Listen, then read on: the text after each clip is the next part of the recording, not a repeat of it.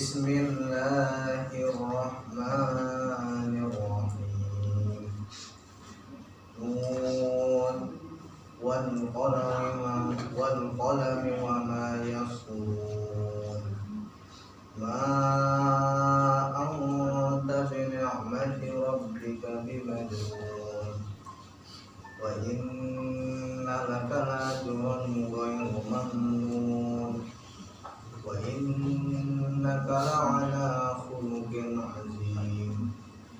Fasatubsiru wa yubsirun bi ayyikumul maftun. Inna rabbaka huwa a'lamu biman dhalla an sabilihi wa huwa a'lamu bil muhtadin. Fala tuti'il mukazzibin. Waddu law tudhinu fayudhinun. Wala tuti' kulla halafin mahin. Ammazin masya'in binamin. Manna'in lil khairi mu'tadin athim. Utulin ba'da zalika zanim. An kana zamanin wa banin. Iza tutla alaihi ayatuna qala asatirul awwalin. Assalamualaikum warahmatullahi wabarakatuh. Assalamualaikum warahmatullahi wabarakatuh. Alhamdulillah. Wassalatu wassalamu ala rasulillah man la nabiyya ba'dah, Muhammad ibn Abdullah wa ala alihi wa ashabihi wa man ittaba'a hudahu wa mawala. Subhanaka la ilma lana illa ma 'allamtana innaka antal alimul hakim. Allahumma anfa'na bima 'allamtana wa 'allimna ma yanfa'una wa zidna ilma. Allahumma inna nas'aluka ilman nafi'an wa rizqan thayyiban wa amalan mutaqabbalan. Ikhwani wa akhwati fillah, a'adzanallahu wa iyyakum, jamaah yang dimuliakan Allah Subhanahu wa taala. Alhamdulillah, puji syukur senantiasa kita panjatkan kepada Allah Subhanahu wa taala. Salawat dan salam pada nabinya Muhammad sallallahu alaihi wasallam, keluarganya, para sahabatnya, dan siapa saja yang mengikutinya hingga yaumul qiyamah. Pada kajian kita yang lalu, kita menyinggung sedikit tentang istiqamah, yaitu luzum ala ta'atillah azza wa jalla, yaitu bagaimana kita terus menerus berada di dalam ketaatan kepada Allah Subhanahu wa taala. Dan itulah yang disebut dengan istiqamah. Komitmen tetap berada dalam lingkar ketaatan kepada Allah Subhanahu wa taala, sekecil apapun ketaatan itu, dalam kondisi bagaimanapun, dalam keadaan seperti apapun.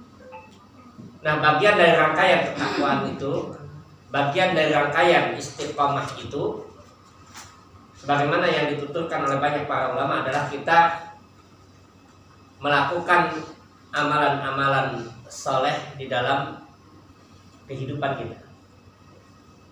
Jadi kita melakukan amalan-amalan saleh sehingga terbentuklah yang kita kenal dengan sahsiyatul islamiyah, yaitu pribadi yang islami. Sahsiyatul islamiyah itu dibangun di atas kesalehan pribadi. Jadi dibangun di atas kesalehan individual, saleh secara individual. Itu yang disebut dengan as-sahsiyah al-islamiyah. Nah, kesalehan pribadi itu, kesalehan individual itu, sikap soleh yang dilakukan oleh seseorang secara pribadi itu adalah tahap awal interaksi seseorang dengan Islam. Maka dalam surat Al-Baqarah ayat 208, dan 108 itu ada 208, 207, 208. Allah Ta'ala menyebutkan kepada kita dalam ayatnya itu, ya ayyuhalladzina amanu dkhulu bisilmi kafah. Wahai orang-orang yang beriman, masuklah kalian ke dalam agama Islam secara totalitas, secara keseluruhan. Nah, sikap totalitas seorang muslim, sikap pribadi yang dia merupakan interaksinya dengan Islam tadi itu, maka adalah sebuah konsekuensi keimanan yang diaplikasikan dalam hidupnya. Itu kesalahan pribadi, konsekuensi keimanan. Nah, dari kesalehan pribadi itulah kemudian terbangun bagaimana kesalehan individu itu mampu diaplikasikan kepada orang lain. Itu yang unik, saya tidak sambungkan dalam materi itu apa yang disampaikan oleh Imam Asy-Syafi'i itu. Imam Asy-Syafi'i rahimahullah ta'ala, seorang ulama, itu menyebutkan bahwa kalau Allah Subhanahu wa ta'ala hanya menurunkan satu surat dalam Al-Quran, itu sudah cukup dibandingkan dengan sekian banyak ayatnya.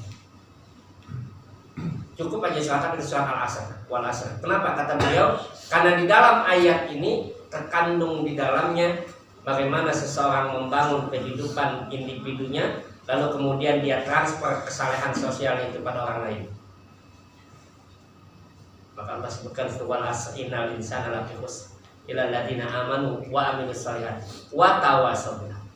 Jadi tidak hanya amilus shalihat saja kata beliau, tapi wa tawassaw bil haqq, wa tawassaw bis sabr.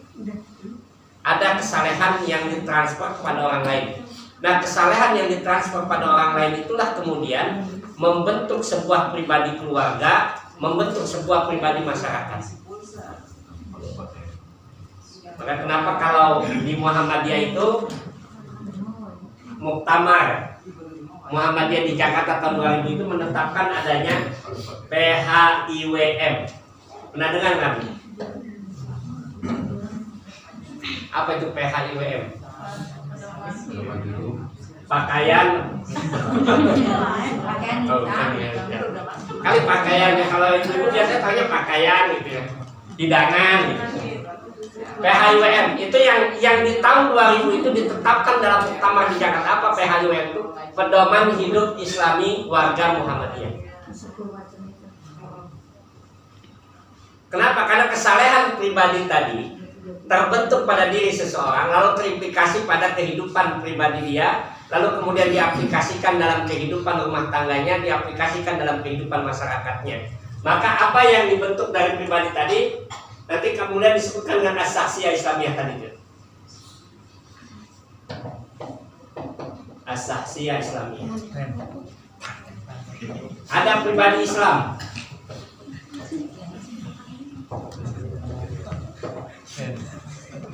Nah, dari pribadi Islam itulah kemudian terbangun bi'ah sholihah. Pribadi yang dibangun tadi itu membangun keluarga yang Islami.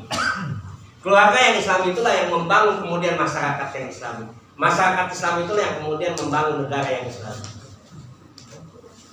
Ada kan tujuan Muhammadiyah kan itu, mewujudkan masyarakat Islam yang sebenar-benarnya. Berarti masyarakat Islam sekarang belum benar. itu kalau kita lihat, kalau kita mau pakai logika terbalik kan begitu, membangun mewujudkan masyarakat Islam yang sebenarnya. Kemudian ditambahkan itu ada yang kurang pas dalam masyarakat itu, lalu kemudian dijadikan pada utama berikutnya adalah membentuk masyarakat madani yang lebih populer. Bagaimana membentuk masyarakat? Nah, ini kesalahan pribadi. Maka banyak ayat Al-Quran dan hadis-hadis Nabi SAW yang menyuruh kita bukan hanya untuk pribadi, tetapi setiap orang bertanggung jawab. Itu dalam hadis Muslim itu, kullukum ra'in wa kullukum mas'ulun an ra'iyati. Itu hadis Muslimnya itu begitu. Kullukum ra'in wa kullukum mas'ulun an ra'iyati. Setiap orang, kata Nabi SAW, adalah pemimpin. Dan setiap orang akan ditanya kelak akan kepemimpinan itu. Setiap orang adalah pemimpin. Yang akan ditanya nanti kepemimpinan dia seperti apa, itu akan ditanya. Kullukum ra'in wa kullukum mas'ulun. Bahkan Nabi menyebutkan dalam hadis tadi itu dengan ucapan beliau, wal amiru ra'in wal rajulu ra'in ala ahli baitihi. Setiap orang itu dia pemimpin, seorang suami dia pemimpin di rumah tangganya, seorang istri dia pemimpin dalam rumah suaminya. Itu pemimpin semua. Kemudian apa lagi? Bahkan seorang pembantu pun, seorang yang membantu di rumah seseorang itu, dia adalah pemimpin dalam rumah tangga majikannya. Waktu lu kemasulun, ada pemimpin, ada tanggung jawab. Setiap orang punya tanggung jawab. Maka dalam konteks kesalehan itulah kemudian Allah Subhanahu wa taala membentuk sebuah ciri. Itu yang kita kaji dalam tafsir ayat ini. Ada dalam surat Al-Ahzab surat ke-39. Surat ketiga apa itu? 33. Berarti udah pindah ya? Berarti belum ngantuk makan. Itu biasanya kalau guru kalau salah bisa aja.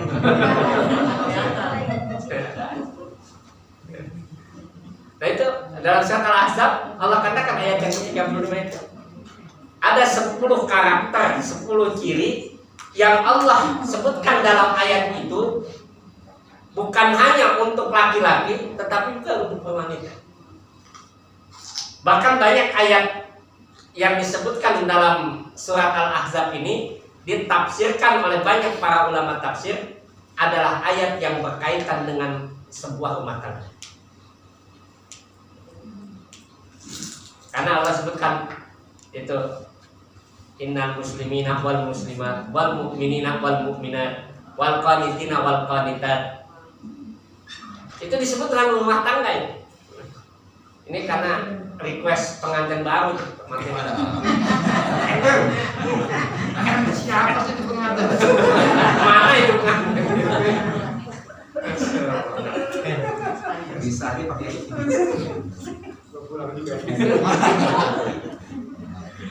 Jadi dari ayat itu banyak para ulama tafsir itu menyebutkan ayat ini sebenarnya turun terkait tentang sebuah permasalahan rumah tangga yang itulah disebutkan dalam makalah itu, dalam tulisan tadi itu saya mencantumkan bagaimana kronologis ayat itu Allah turunkan.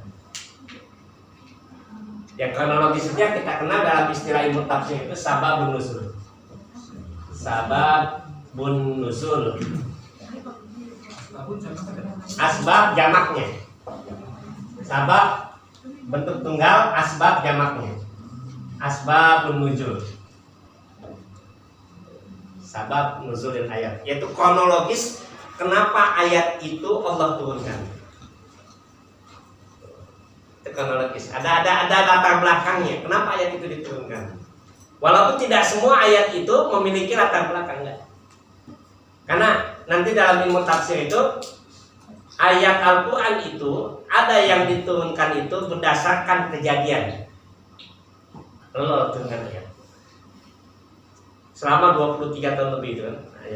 Ada yang diturunkan oleh Allah Subhanahu wa taala tidak berdasarkan kejadian tetapi pertanyaan. Ada pertanyaan lalu Allah turunkan ayat. Karena Nabi tidak menjawab ya. Nabi menunggu wahyu yang Allah turunkan. Maka biasanya ayat itu yas'alunaka itu. Itu biasanya pertanyaan yas'alunaka anil mahid. Mereka bertanya kepadamu wahai Muhammad tentang wanita yang haid apa hukumnya. Maka turun ayat itu yas'alunaka anil mahid. Yas'alunaka anil ahillah. Mereka bertanya kepadamu wahai Muhammad tentang bulan sabit. Apa sih bulan sabit itu? Itu tentang pertanyaan lalu kemudian Allah turunkan ayat. Yang ketiga ada yang Allah turunkan ayat itu tidak berkaitan dengan kronologis sebab terjadinya satu peristiwa lalu Allah turunkan ayat, atau juga tidak terjadi terkait dengan pertanyaan, tetapi Allah turunkan ayat untuk membimbing. Ini yang disebut dengan kronologis ayat atau sabab nuzul ayat. Nah, kaidah nanti para ulama tafsir ketika menyebut sabab nuzul ayat itu, kaidahnya apa? Kata para ulama tafsir itu al-ibratu bi umumil lafzi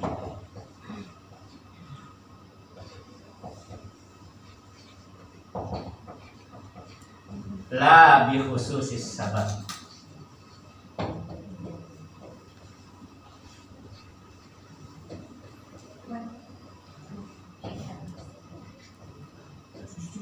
Al-ibratu, kata para ulama tafsir, kaidahnya ketika kita membaca ayat ada sabab nuzulnya, ada sebab turunnya ayat itu, maka kaidah kita untuk memahami ayat itu al-ibratu bi umumil lafzi la bi khususis sabab. Itu kaidah. Apa artinya ibrah itu? Pelajaran itu. Pelajaran,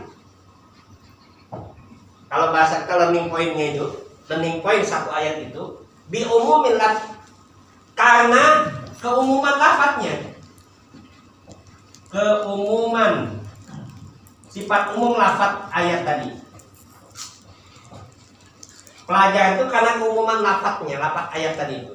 La bi khususis sabab, bukan karena kekhususan sebab. Karena bukan sebab yang terjadi, bukan, tetapi ayat itu berlaku sampai akhir zaman. Walaupun sebab itu terjadi lalu Allah turunkan ayat. Itu kayaknya. Maka ayat tadi surat Al-Ahzab, surat yang ke-33 ayat yang ke-35 ini Allah turunkan berkaitan dengan pertanyaan istri Nabi SAW. Kenapa sih yang turun tuh ayatnya ayat tentang laki-laki semua, kagak ada yang tentang perempuan? Emang dari dulu perempuan itu suka protes gitu. Biasa itu. Jadi sabar aja paling kalau protes. Hilang gitu kan. Lagi aja. Seperti itu. Jadi nanya kepada Nabi SAW, ya Rasulullah, apa tidak ada ayat yang turun khusus buat perempuan? Luar biasa. Ini yang kemudian Allah Subhanahu Wa Taala menurunkan ayat ini, bahwa innal muslimina wal muslimat wal mu'minina wal mu'minat wal qanitina wal qanit, sampai terakhir itu Allah katakan wadzakirinallaha katsiran wa dzakira. Apa yang Allah sebutkan dalam ayat ini, Allah sampaikan kepada kita di dalam ayat ini, bahwa ketika Allah menyebutkan tentang surat Al-Ahzab ini, Allah sebutkan 10 karakter yang, nah 10 karakter itu, yang pertama adalah karakter Islam. Sampai jam berapa nih Pak Ketua? Udah kekenyangan ini, harus makan.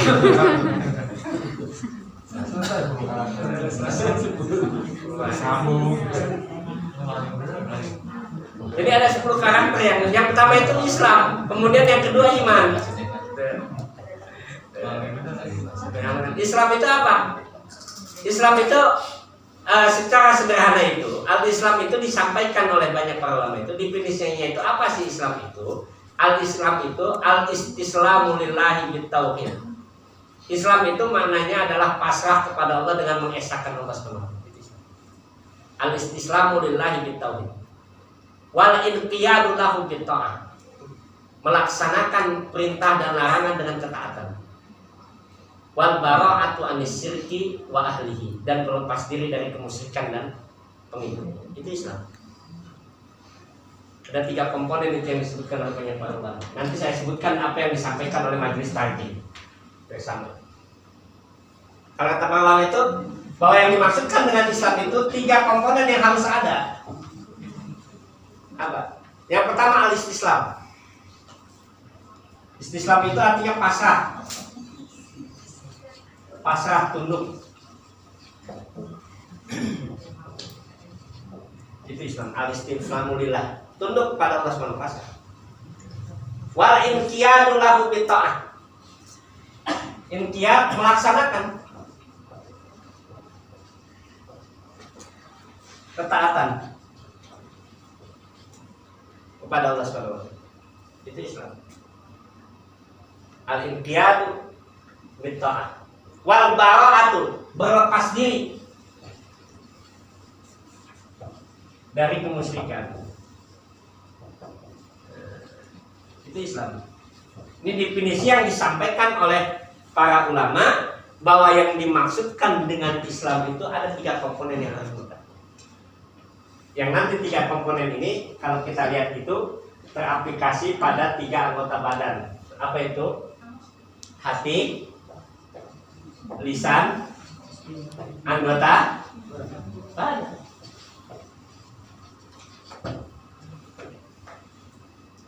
Jadi kan itu yang nanti aplikasinya kepada iman itu.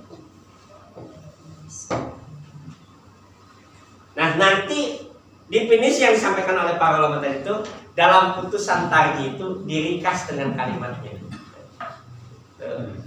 Pinternya para ulama tarji itu membuat sebuah definisi itu dalam putusan apa sih Islam itu?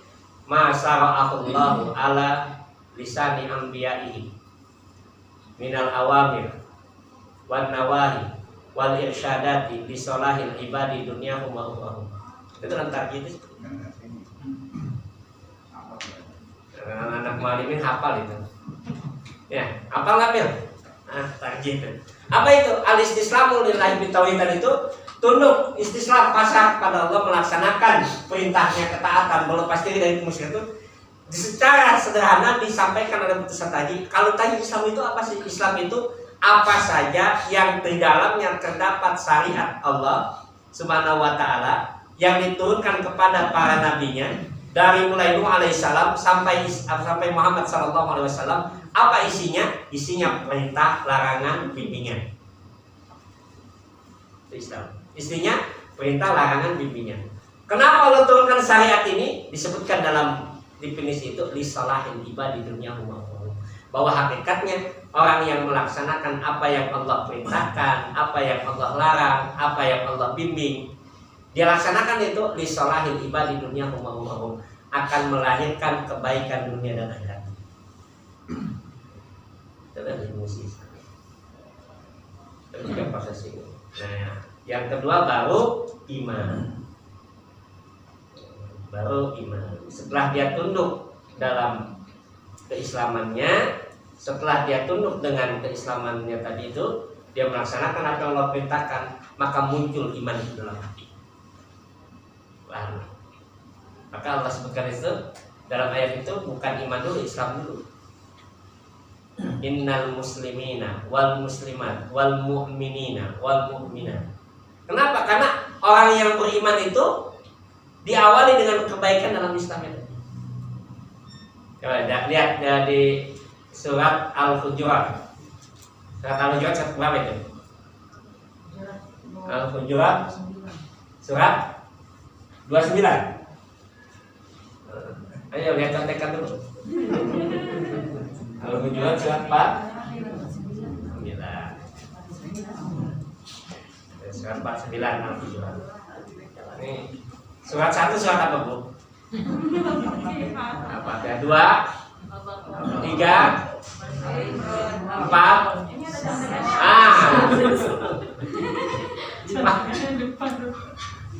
Empat surat Al-Hujurat. Dari waqalatil a'rabu amanna qul lam tu'minu walakin qulu aslamna walamma yadkhulul imana fi qulubikum. Dari awal itu. Jadi atas itu. Dari awal ayat tuh. Waqalatil a'rab. Surat Al-Hujurat ayat berapa itu? Waqalatil a'rab. Ah, ini kelamaan ini.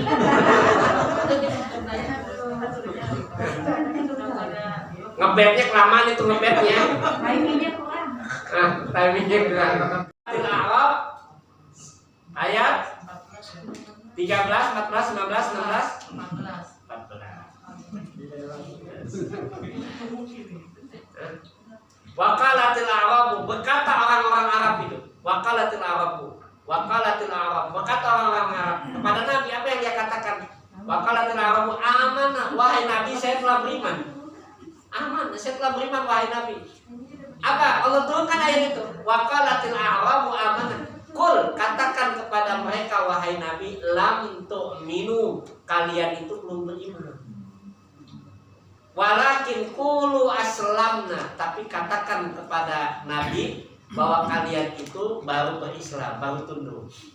Walamma yadkhulul imana fi qulubikum, belum masuk keimanan itu ke dalam hati kalian. Artinya apa? Ketika seseorang sudah mampu melaksanakan keislaman tadi, dia istislam, pasrah, melaksanakan ketaatan, melepas diri dari kemusyrikan, muncul pelahanan iman itu. Muncul keimanan dia semakin kuat, semakin baik. Ya, waqalatil a'rabu, Qalatil arabu amanna. Nggak pakai wa ya? Udah ganti belum itu jangan-jangan? Qalatil arabu. Berkata orang Arab. Jadi berkata orang Arab, kami telah Islam. Tidak, kamu baru-baru belum beriman, baru berislam. Masya Allah. Nah ayat ini turun ke lantaran orang-orang Arab itu ketika didakwakan Islam oleh Nabi itu begitu bangganya mereka, lalu mereka mengatakan, ya Allah semua kami ini orang-orang beriman. Luar biasa. Maka turun ayat tadi, katakan kamu baru Islam, baru tunduk, baru pasrah, nanti iman itu akan masuk dalam hati kalian. Maka ayat yang berikutnya dalam surat Al-Ahzab itu Allah katakan, innal muslimina wal muslimat wal mu'minina wal. Kalau keislaman dia sudah semakin baik, maka muncul keimanan itu. Keimanan itu semakin baik. Baru muncul yang berikutnya apa? Qanitina wal qanitat. Muncul ketundukannya. Muncul ketundukannya. Terus apa setelah itu yang terjadi? Muncul kebaikan-kebaikan berikutnya. Nah, inilah 10 karakter itu yang kalau terbentuk pada diri seseorang, apa yang terjadi? Maka kesalehan itu akan semakin bagus dan semakin memberikan faedah yang besar bagi kehidupan dirinya, kehidupan masyarakatnya, kehidupan keluarganya.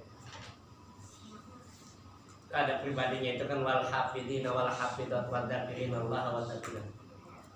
Ada 10 karakter. Tapi titik awalnya apa? Titik awalnya itu adalah ketundukan dia kepada Islam. Komitmen dia kepada nilai-nilai Islam. Itu titik awalnya. Starting point-nya. Kalau orang bilang itu starting point-nya itu apa? Starting point-nya itu adalah dia mengawali dengan ketundukan. Nanti keimanan itu akan masuk. Baru setelah ketundukan apa? Finishnya. Kalau startnya itu Islam tadi itu, finishnya Allah sebut apa itu? Wadzakirina Allah wa dzakira. Maka dia akan menjadi orang yang banyak mengingat Allah. Kalau dia diawali dengan Islam tadi. Wadzakirina Allah wa dzakira. Nah, kalau ada 10 karakter itu a'adallahu. Allah akan siapkan. Allah akan siapkan surga. Di mana surga itu Allah siapkan itu? Dalam kehidupan akhirat. Di mana Allah siapkan surga itu dalam kehidupan dunia. Apa surga dalam kehidupan dunia itu? Adalah kebaikan hidup yang akan Allah berikan. Jadi bukan hanya kehidupan akhirat yang Allah sebutkan tadi itu, tetapi Allah berikan kebaikan hidup itu dalam kehidupan dunia. Yang kemarin itu kan ayatnya surat apa itu? Man amila salihan min dzakarin aw unsa wa huwa mu'minun falanuhyiyannahu hayatan. Bahwa janji Allah, garansi Allah itu orang yang dia beriman dan beramal soleh, bukan hanya dalam kehidupan akhirat, tapi Allah berikan kebaikan dalam kehidupan dunia. Ya, ada kebaikannya itu dalam kehidupan itu, kenyamanan dia itu, dan merasakan kemudahan Allah berikan langkah-langkah. Itu yang Allah berikan. Nah ini secara singkat ya. Karena tidak boleh lama-lama, baru saja selesai makan dan PPKM belum selesai gitu ya. Masih level 3 ya. Jadi ini yang kita kaji pada kesempatan ini. 10 ayat nanti bisa dilihat ayat itu, dan ayat itu berkaitan dengan laki dan perempuan. Maka banyak yang menyebutkan, oleh para ulama itu menyebutkan bahwa ayat ini pada hakikatnya adalah tentang rumah tangga. Jadi kalau mau rumah tangga itu menjadi rumah tangga yang itu dibangun di atas hukum tadi. Apa? Jadikan rumah tangganya itu adalah rumah tangga yang Islami, rumah tangga yang imani, rumah tangga yang kualitatif. Sampai rumah tangga yang dia menjadikan rumahnya itu tempat-tempat untuk berzikir. Itu mengingat Allah Subhanahu wa taala, majelis ilmu, baca Quran. Nah ini mudah-mudahan ada manfaatnya untuk kita sekalian. Kata ikan sepat ikan gabus ketika lebih cepat lebih bagus. Ini yang bisa kita kaji, dan nanti kalau ada yang ingin tanyakan dipersilakan. Hadanallahu wa iyyakum ajmain. Nasrun minallahi wa fathun qarib wa basyiril mu'minin. Wassalamualaikum warahmatullahi wabarakatuh. Waalaikumsalam. kita dapat menjadi bekal kita dalam kehidupan ini dari akhirat.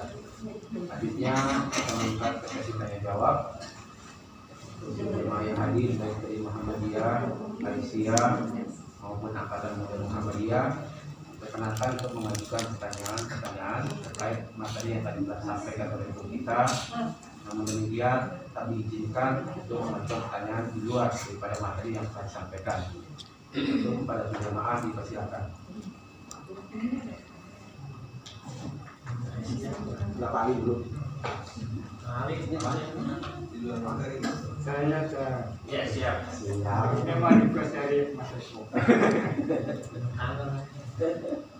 Ya, kaitannya dengan surah Al-Ahzab ayat 33 nanti tadi ya. Itu adalah surat tunjukkan kita untuk berkeluarga, gitu ya.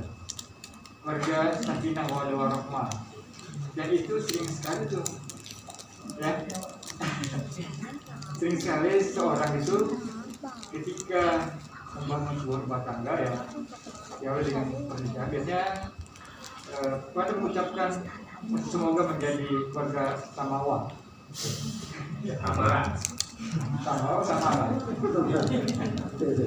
Nah, apakah keluarga samawa itu adalah keluarga yang memiliki karakteristik 10 ini atau bagaimana? Ya, kita gampang sekali untuk mengucapkan itu, tapi sebenarnya apa sih keluarga samawa itu? Ya, seperti apa karakteristik sebuah keluarga yang samawa?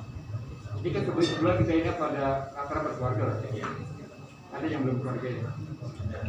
Silakan Ted, jelaskan Ya, Ted. Tentang keluarga samara itu adanya di surat apa itu? Surat apa itu? Surat Al-Quran ya. Susah jawabnya ya. Surat Al-Quran itu. Surat Ar-Rum yang sering dibaca. Ya. Sering dibaca. Surat Ar-Rum surat ke-30. Wa min ayatihi an khalaqalakum min anfusikum azwaja litaskunu. Itu kan ada tulisannya. Litaskunu.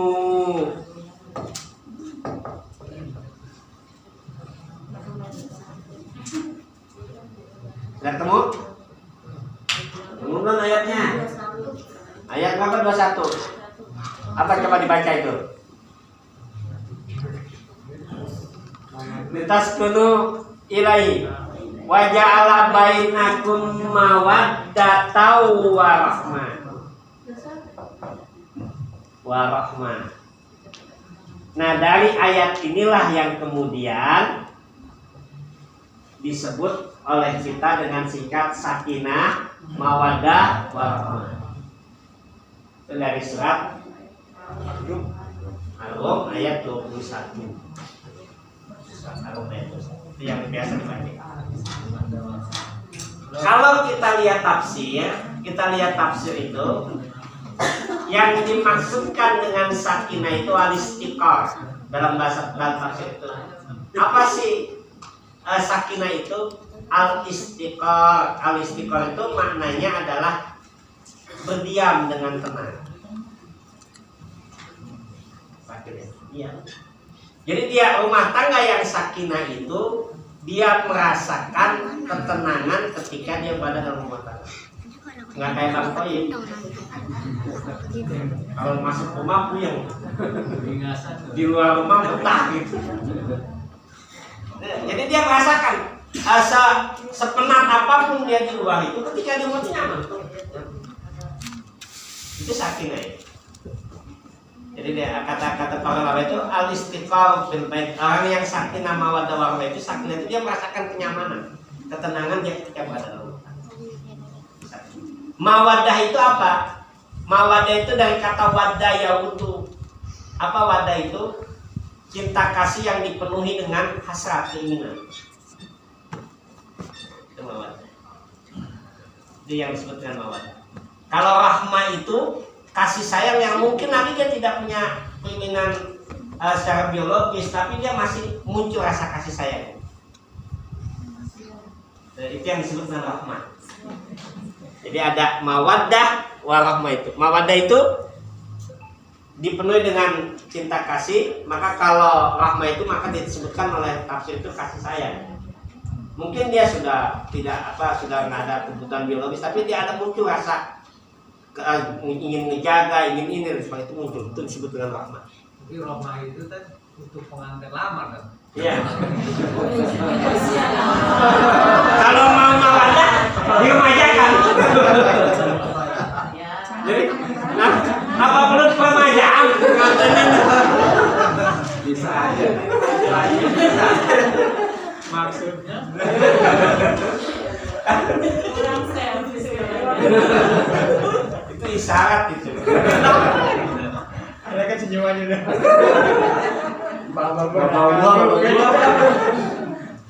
Kata Bu Haji katanya, emang gua mobil pakai pemajaan. Nah ini ada mawaditas sakinah mawaddah. Nah 3 hal ini yang akan menjaga sebuah rumah tangga. 3 hal ini akan menjaga rumah tangga.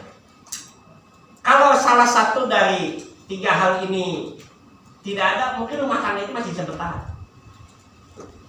Ada orang yang rumah tangganya itu nggak tenang, tapi karena cinta kasihnya dia masih bisa tahan. Ada orang yang rumah tangganya udah nggak ada hasratnya, udah nggak ada ketenangan, ya. Tapi karena dia masih memiliki tanggung jawab kasih sayang pada anaknya itu, akhirnya dia bisa tahan. Ya. Tapi dia tidak merasakan kebahagiaan.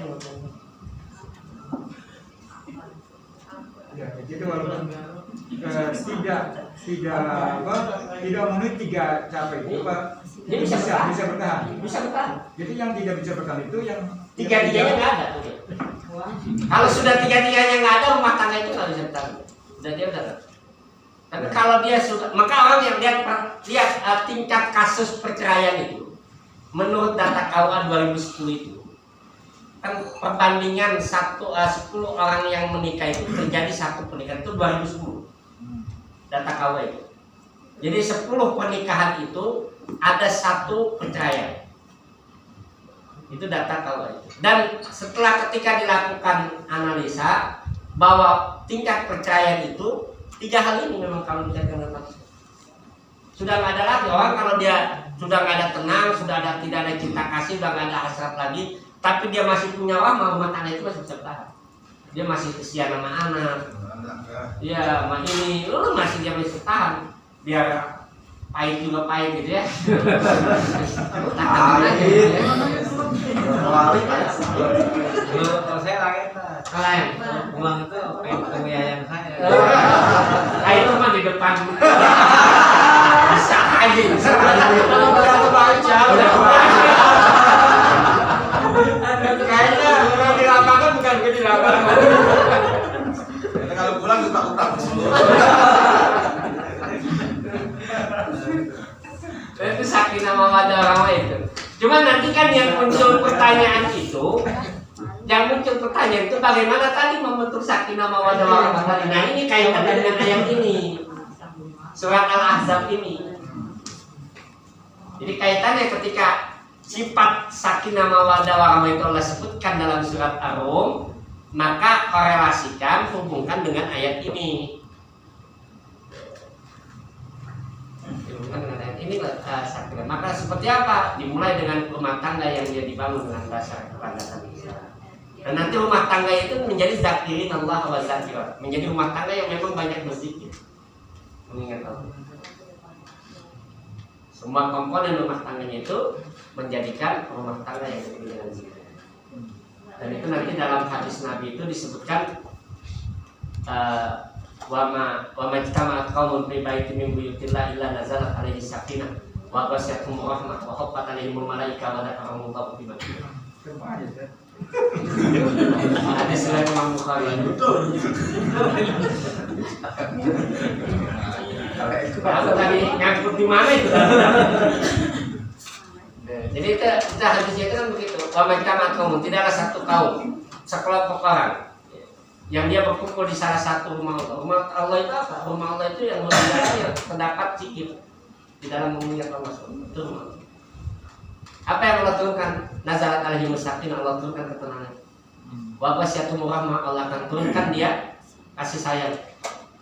Wadzakaramullahu fi man indahi. Allah naungi dengan naungan malaikat dan Allah sebut namanya di hadapan para malaikat. Itu rumah tangga yang dia dibangun. Itu tidak disebutkan fasilitas yang ada di rumah ya? Ya. Ya. Apa aja standar apa rumah tangga tidak perlu ya. Enggak. Ya. Gitu. Rumah tangga Rasulullah itu kan Rasulullah mengatakan itu baiti jannati, rumahku surgaku. Kita pikir rumahnya Rasulullah seperti apa? Itu yang sekarang jadi kuburnya Rasulullah di Madinah. Itulah rumahnya Aisyah. Segitu itulah rumahnya. Jadi kalau tanya rumah Rasulullah itu bukan itu. Jadi bukan fisiknya, tapi kontennya. Kalau masa gawe sekarang itu ya kontennya. Kontennya itu seperti apa?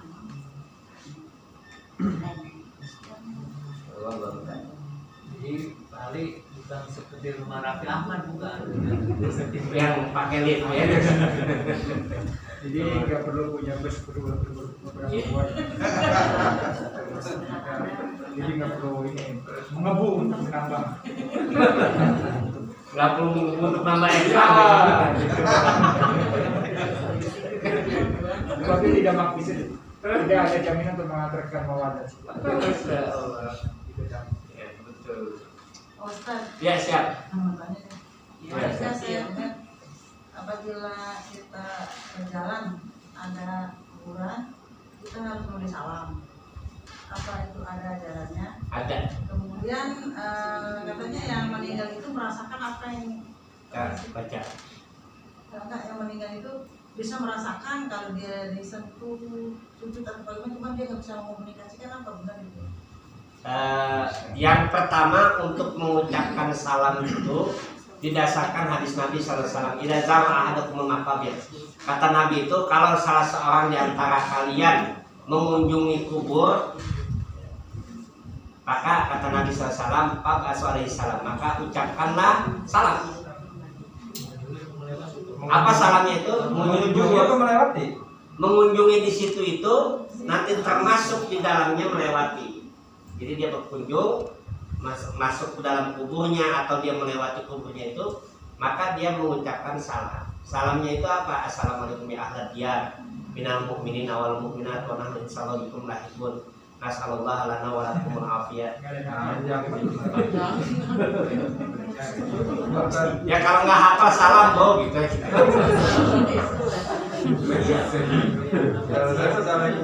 Kalau nggak hafal kan assalamualaikum ya ahlad diyar.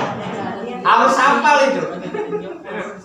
Karena kan kita sering mengunjungi kubur gitu. Jadi ya harus hafal.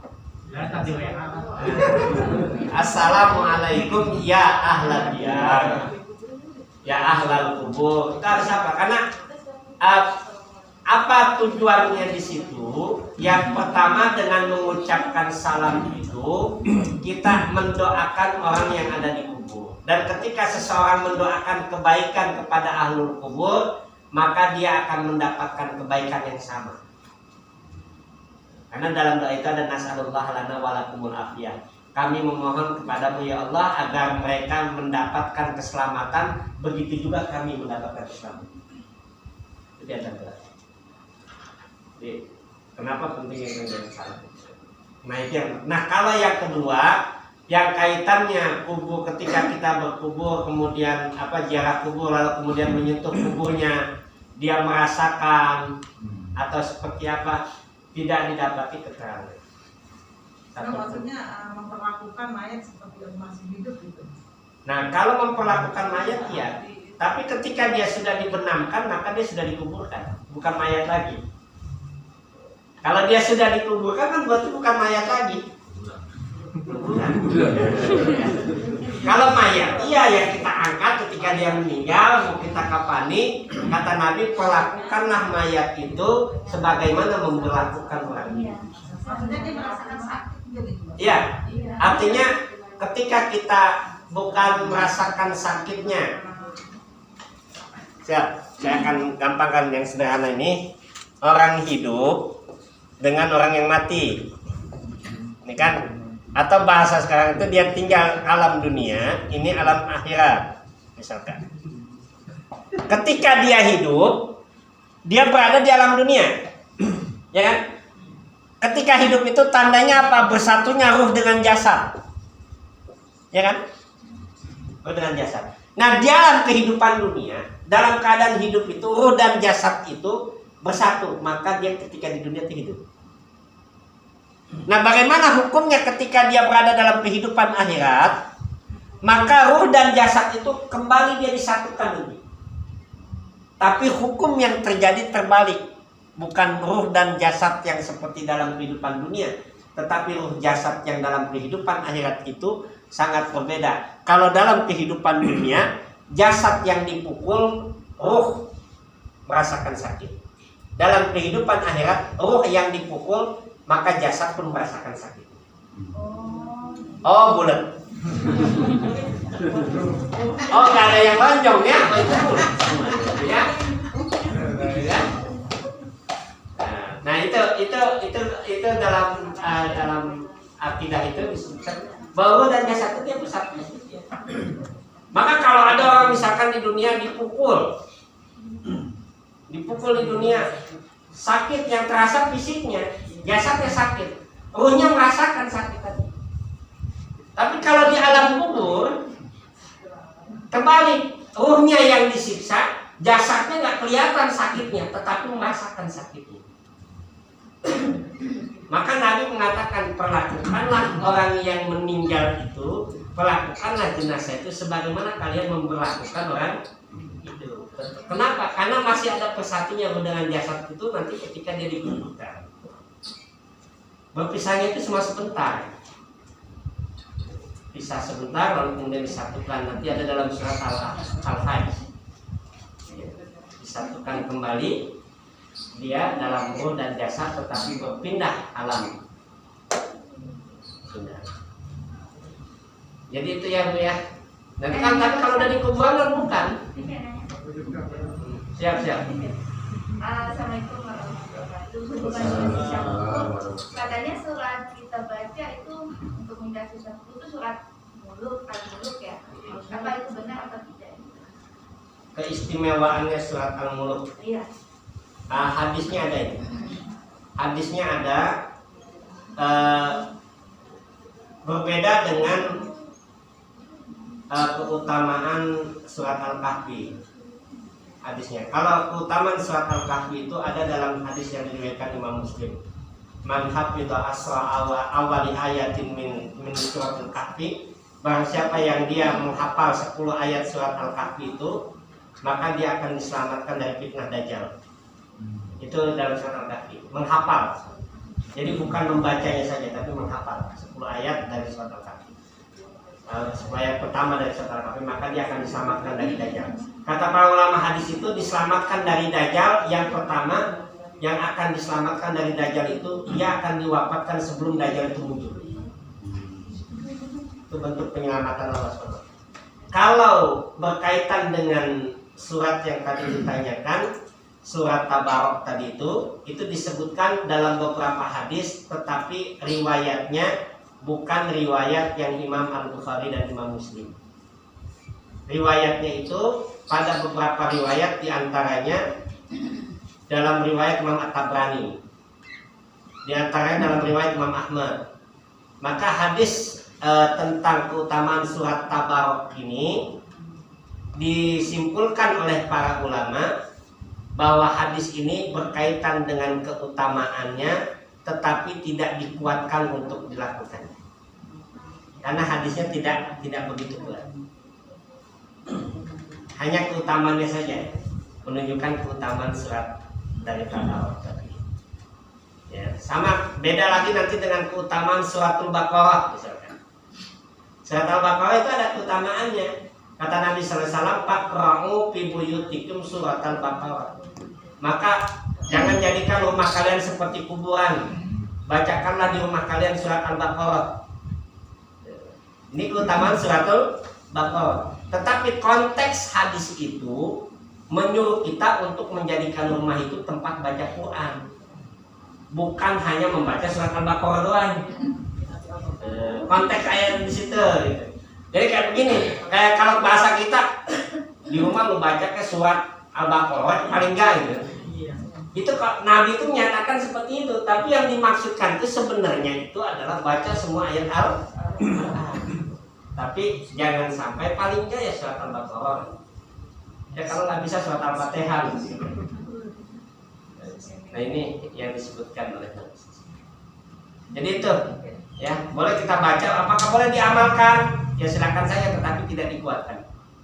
Tidak dikuatkan untuk kita dawamkan atau kita amalkan saja. Tapi kalau kita mengamalkan, apakah boleh? Boleh untuk utama. Jadi boleh saja. Ada lagi? Ya. Ya, nanyanya jangan yang susah-susah ya. Siap. Silakan kalau ada yang menanyakan.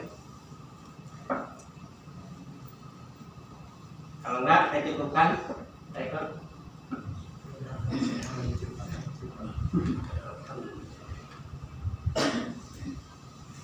Alhamdulillah, baru saja kita telah menyelesaikan sesi tanya jawab. Itu artinya kita telah berada di penghujung kegiatan pada malam hari ini. Mudah-mudahan seluruh kegiatan kita pada malam hari ini mendapat itu adalah rahmat dari Allah Subhanahu wa Ta'ala. Mohon maaf atas kekurangan. Marilah kita tutup kajian kita pada hari ini dengan membaca hamdalah. Wassalamualaikum